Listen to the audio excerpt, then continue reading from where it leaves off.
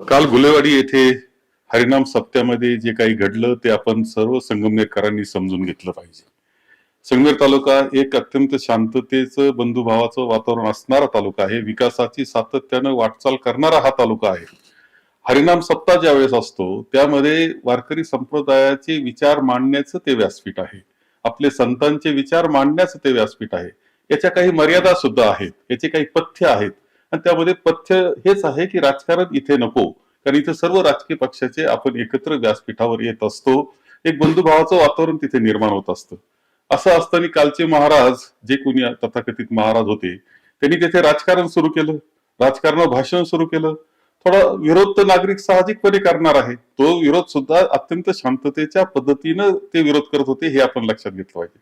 त्यानंतर होणाऱ्या खोट्या केसेस, त्यामध्ये लावले जाणारे खोटी नाटी कलम, ज्या पद्धतीनं कलम लावले जात आहेत त्याच्यातून कुठेतरी छळ करण्याचा प्रयत्न हा चाललेला आपल्याला दिसतो आहे. याच्यातून एक दहशत निर्माण करण्याचा प्रयत्न चाललेला आहे, माणसांमध्ये भेद निर्माण करण्याचा प्रयत्न चाललेला आहे, आपल्या तालुक्याची शांतता बिघडून टाकण्याचं काम यामध्ये चाललेलं आहे.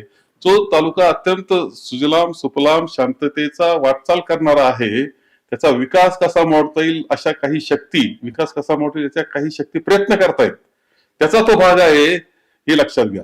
मागे सुद्धा विधानसभेच्या अगोदर एक असाच मोर्चा काढण्यात आलेला होता.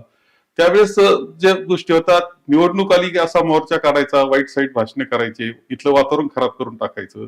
पुन्हा आता निवडणुका आल्यात, ते काय काल काय घडलंय हे समजून न घेता पुन्हा मोर्चा त्यामध्ये काढायचा आणि सगळं वातावरण कसं बिघडून टाकता येईल, तालुक्याचं विकास कसा थांबवता येईल याचा हा प्रयत्न चाललेला आहे. माझी संगमनेरकरांना अत्यंत स्पष्टपणे विनंती आहे की आपण जी राजकीय संस्कृती निर्माण केली, आपण जो बंधुभाव आहे, आपली जी विकासाची वाटचाल आहे ती चालली पाहिजे.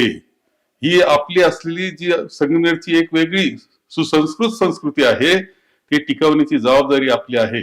त्याचा कुणी मोडण्याचा प्रयत्न करीत असेल तर ते थांबवण्याची जबाबदारी सुद्धा आपली आहे.